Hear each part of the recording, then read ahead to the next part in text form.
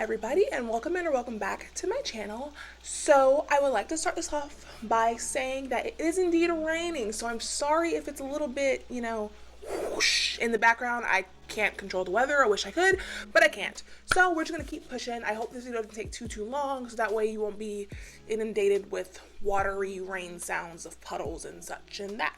So yeah, anyways, welcome in or welcome back to my channel. Thank you guys so much for tuning in today. So today, as the title suggests, I am going to be reimagining the famous and infamous Modern Renaissance palette for today.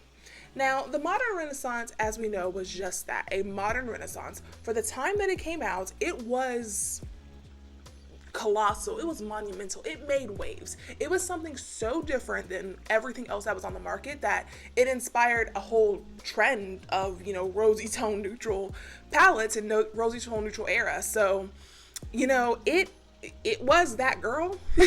And I think it was arguably like ABH's like height.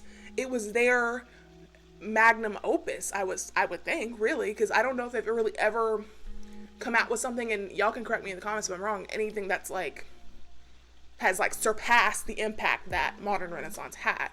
So yeah, Modern Renaissance really just changed the whole beauty makeup game. But I think it's kind of goes without saying that, because it did inspire the trend, there were so many imitators after that. I think it's safe to say that nowadays, Modern Renaissance, you don't really know it from a can of paint. It doesn't stand out in any meaningful way because there's just so much out there. It wouldn't really make the same kind of waves that it did back then, which is 2015, 2016 when it came out, somewhere in there. It wouldn't make those kind of waves today, and I think that kind of goes without saying. And I'm not gonna lie, I was pretty late to the Modern Renaissance gang. I have mine right here. I still have it. I bought it in 2017, I think. I bought it in 2017, 2018, somewhere in there. I got it on sale, and it was at the behest of the girl in Ulta, yeah, I get it. So I think it's normally $42 or whatever. I paid $20 for it. So, not a bad purchase by any means, but when I got it, I was just like, oh. It's not a bad palette, it's just okay. I was expecting it to wow me based on how people were talking about it, and it just didn't do that. Again, clearly I use it because I have it. I use it. I found clearly I have a favorite color right there. I use it, but yeah, it just didn't wow me like everyone was saying it was gonna wow me, and so I was just eh. I think it's also because really, it's not the most dark skin friendly look, so it kind of produces a lot of similar looks, and I think that's not even exclusively a dark skin problem. I think in general, you're probably gonna get rosy tone neutrals with it. That's pretty much it, which is nothing wrong with that. And again, it was really innovative at the time it came out, but nowadays, yeah, I don't think it would stand out too much. So that's what I'm doing today. I'm going to kind of reinvent in my image the Modern Renaissance as the form I think it would take today, or would have to take today, in order to really make waves in the beauty market. Now, I didn't want to get too far away from the original integrity of the palette, so you could almost treat this as more of a Modern Renaissance 2 or something like that. I would like it to ideally be in the same line, not just a completely different palette, if that makes sense. So I had 3 main goals for this little challenge that I issued to myself, and one of them, like I said, was to keep the essence of the original palette. I didn't want it to be something so different that it can't even be in the same line. They should be the way I envision this is you have Modern Renaissance here, and then this one that I'm imagining is her sister, her older, slightly wiser sister, So they're related, they're in the same family, but they're not the same girl. Make sense? My second goal was, again, to update it for 2021, because I think that, this kind of rosy tone neutral is kind of done, it's kind of over with. So I just wanted to update it for a 2021 audience. And then my last goal for this palette was to just make it more inclusive. Like I said, it's a little bit, it's good, but it's also limiting. And I think it's pretty limiting even for the lighter skinned people. But even with the darker skinned people, it's the subtle nuances amongst the colors is lost almost entirely. So there's only maybe like, I would say probably 3 actually individual distinct looks you can get out of this palette before they all start just like looking like another one. They all kind of converge upon each other. So I did want this to have enough variety that you can get actually different looks from it, because I think in 2021 that's really important for a palette, is to have versatility. And a lot of palettes don't have that, in my opinion at least. So yeah, without further ado, let me go ahead and get into this palette. So fair warning, I mocked this up in Canva. So I was kind of just doing what I could with what I had. I am not the best like Photoshopper, the graphic designer, none of that. So this was just me playing around. So yeah. Anyways, like I said, let me go ahead and get into this palette. So I'm gonna put the original up here. So here's the original, right? You know, the one we all know and love. And then here is my mock-up. So those, I'm calling this new one, I think I settled on like Renaissance Woman. You know, we can workshop that if they want to, you know, pay me, we can workshop that. But that's what I kind of settled on for this video. Renaissance Woman palette. It's a play off, you know, that whole idea of like the Renaissance man.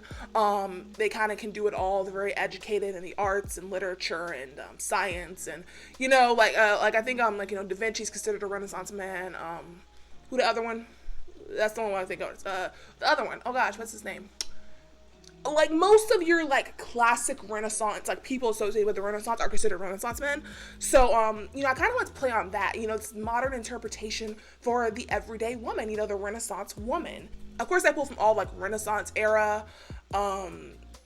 influences. So I pulled, you know, Renaissance art, literature, a little bit of science. What were the common themes of the Renaissance? You know, like, I mean, I even took a direct influence, because if you didn't know, the modern Renaissance original palette, they used like shade names of like the pigments that were available at the time. I also did that, but I picked different ones. So, you know, I'm still kind of in the same vibe, the same essence of the palette, just not the same palette.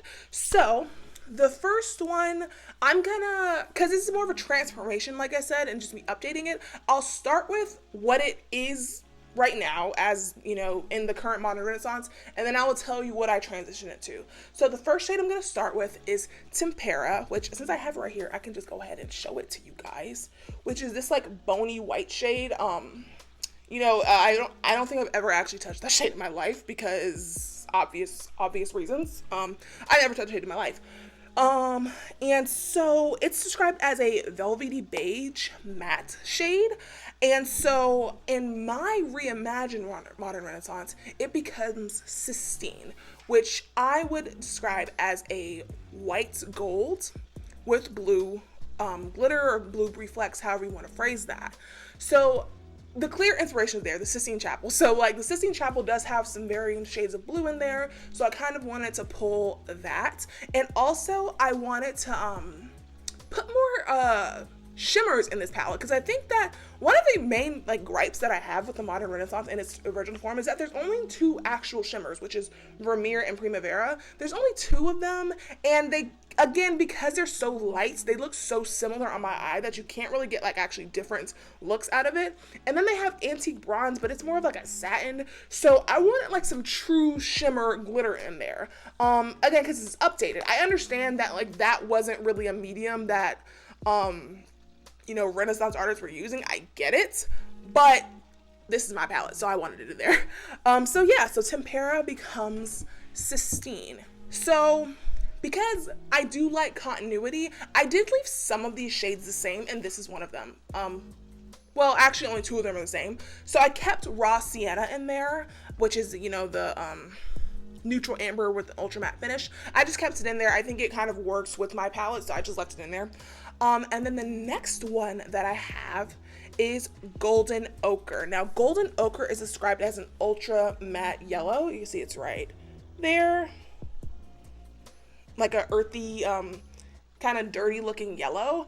And again, it's one of those shades that I feel like not a huge population of people who wear makeup can use regularly. I feel like it's one of those. So I kept it in the same family, you know, kind of golden yellow kind of color, but I deepened it up and made it like a deep matte mustard. and I called it Orpiment. Like I said, I did pull from one of their actual inspirations, which is, you know, actual pigments used in pigments. So Orpiment is an actual pigment that was used, you know, for these paintings. Because, you know, everything that, you know, of course they didn't have like everything that we have available now, so they kind of got to use what they got. So when I looked up, ochre was one of them, but then Orpiment was another. And Orpiment was a lot deeper of a yellow, and I think that's a little bit more versatile. So yeah, the next one I have is Golden Ochre becoming Orpiment. So the next one in the palette is Burnt Orange. Now I almost left this one, but I figured, again, I think they're just so, all these colors are so light that they kind of just limit it for a really good chunk of the population. So I kept the same idea, which is a deep burnt orange, and that's what this is described as, but let's be real, it's not that deep. So I actually just made an actual like deep burnt orange, like dark brown kind of color, and I called that one Vitruvian. So, you know, like Vitruvian Man, like the drawing by Leonardo da Vinci with the guy with the arms, and then you know, that one, Vitruvian Man. So that was the inspiration, because in the photos I was looking at, it seems like the chalk that he used kind of converged upon this sort of color. So yeah, I have an actual deep matte, like orangey reddy brown, and I would call it Vitruvian. So the next one is Vermeer. It is right here, and it is a iridescent shell, like shell color, with a metallic finish. And again, it's only like one of two actual like shimmery kind of colors in this, and I will replace that with what I call Polymath. So a Polymath is another word for Renaissance man, just someone who kind of is educated and skilled on a lot of different things. So Polymath, and I would describe that as a blue to pink to light gold shimmer shifty shade, and I figure that's what a polymath is. You know, it's a lot of different things. So almost like I got like cotton candy vibes is what I was kind of going for. So yeah, it's like a cotton candy shade, and I think it kind of functions like a multichrome. You know, it can kind of be a lot of different things with a lot of other things in the palette. So yeah, I have a shade called Polymath. So the next one that I have is Primavera, so it's right there, and it is a shimmery gold dust with a metallic finish, and I transition it into I imagine it's like a rose gold with a pink shift, and it's called Venus Rebirth.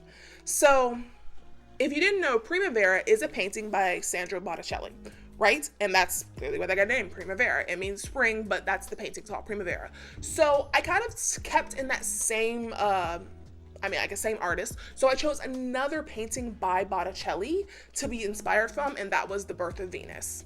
So I didn't want it to be, because the original palette doesn't have things be so on the nose, like they're not just naming artists necessarily. So it wasn't so on the nose, so I didn't want to just name it Birth of Venus, but you know, something that same idea. So Venus Rebirth that was my take on it.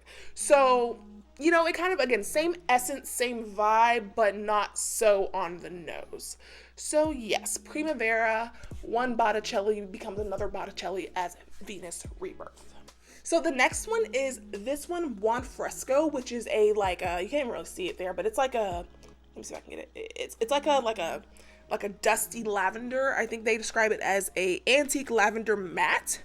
And I like the idea of this shade, but again, it's just too light for most people to use regularly. So I kept the same essence of it, just deepened it up, made it like more mauve, more lavender, more pigmented, so more people could use it. And I named that one Madonna.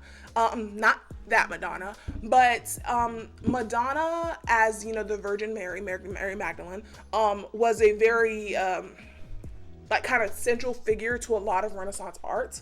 So, you know, there's a lot of different renderings of Madonna in various forms. So the idea of the Madonna. So that's where I kept that. And yeah, so this like kind of purple, I don't know why like purple gives me those vibes, but it does. So that's what I did. it's, you know, this more mauve-y purple, more deep, more pigmented, saturated, like dusty purple, and I call that Madonna. So the next one we have is Red Ochre. It is right here, and it is described as a sienna with a matte finish. And I like the idea of this color, but again, since I added a deeper one in, what did I call it? Vitruvian. In Vitruvian, I decided to kind of take a different direction, and I also, like I said, I wanted to add more shimmer and more glitter to this palette. So Red Ochre becomes a light pink with an orange shift, and I call that one Paradise Lost. Paradise Lost is a work by John Milton, another kind of Renaissance guy. I'm pretty sure I've read like pieces of Paradise Lost in like high school, but I don't remember it that well. So, but I know what it is though. So yeah, Paradise Lost is that, yeah, orangey, pinky color. So the next one is Antique Bronze. It's right here, and it's described as a metallic sable with a satin finish. And this color kind of just annoys me a little bit because I wanted, like, I don't like satins that much. I'm just gonna be honest. I don't really like satins. I don't like the idea of it just being in between a matte and a shimmer, like just do one or the other. It just bothers me personally.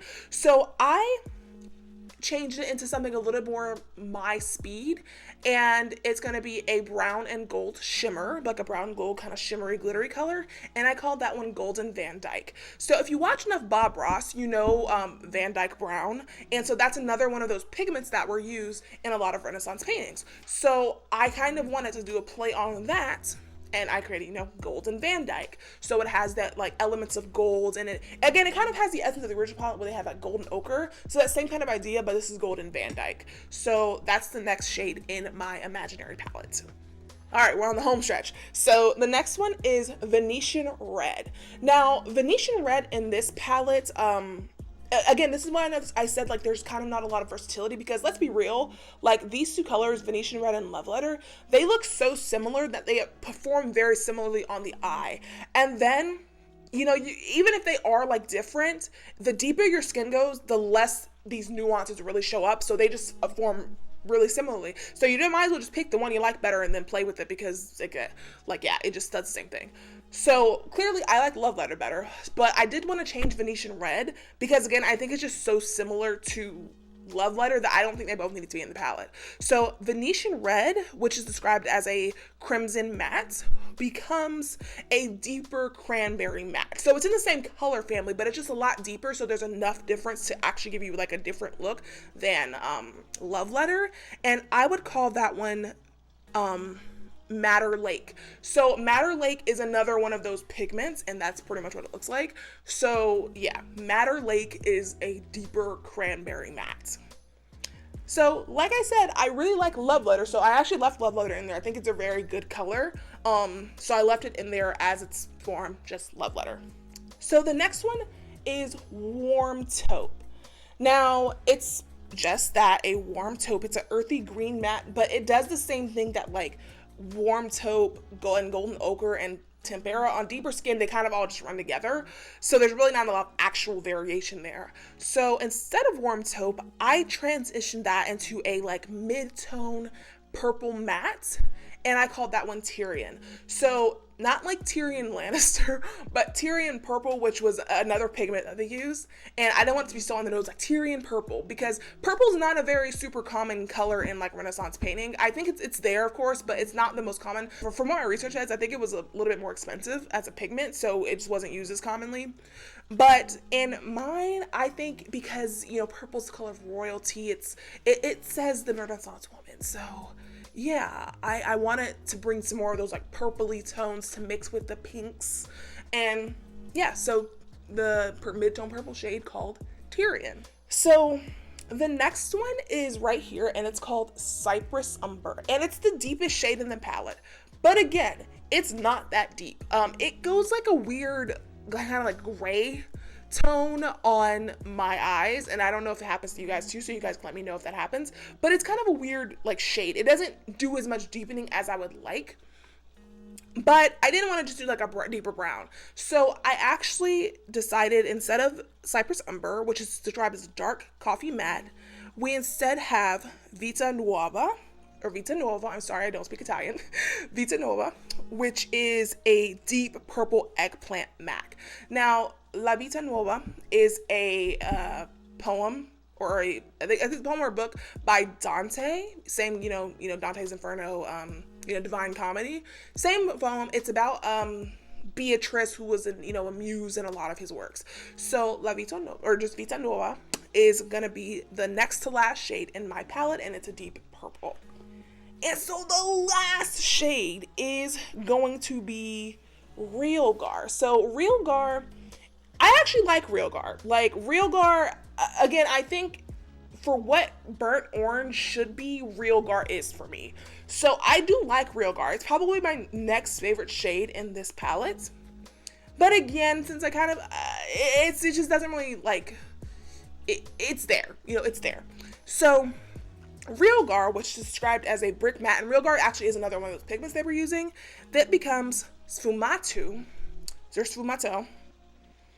Sfumato. I think, again, I don't speak Italian, and I would describe that as a mid-tone brick orange matte. So again, still in the same family, just a little bit deeper and a little bit like better for more people. Sfumato is I think like a painting style, from what I could tell, and again, very common in like Leonardo da Vinci's works. So yeah, I kind of want to play with that a little bit. So sfumato. So yeah, guys, that's actually gonna wrap it up for this palette, my Modern Renaissance Reimagined palette. So just to recap, I will go through everything and show you guys here what the palette looks like, and again, compare it to the original so you can see it's in the same family. So we have Sistine, which is a white gold with blue glitter; Raw Sienna, which is a neutral amber matte; Orpiment, which is a deep mustard matte; Vitruvian, which is a deep orange brown matte; Polymath, which is a blue, pink, and gold; Cotton Candy Multichrome; Venus Rebirth, which is a rose gold with a pink shift; Madonna, which is a mauvey lavender matte; Paradise Lost, which is a light pink with orange shimmer; Golden Van Dyke, which is a brown and gold shimmer; Madder Lake, which is a deep cranberry matte; Love Letter, which is a raspberry matte; Tyrian, which is a mid-tone purple matte; Vita Nuova, which is a deep eggplant matte; and Sfumato, which is a mid-tone brick orange matte.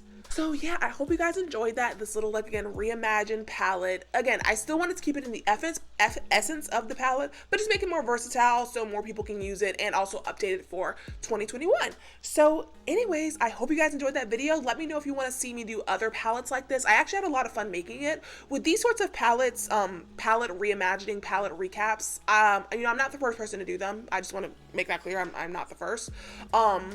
But I do take a couple of days to do these because I really want to make sure that I like what it is. So I'll usually I'll design like one, and then I'll kind of go a couple days and then come back and look at it and kind of mess with it again to finally settle upon something that I actually like and would buy. So this is what it is for me. I hope you guys like it as much as I do. Again, let me know if you want to see me do other palettes like this. Don't forget to like and subscribe, share with your friends. Let ABH know if they want to hire me as a consultant. I will take their money.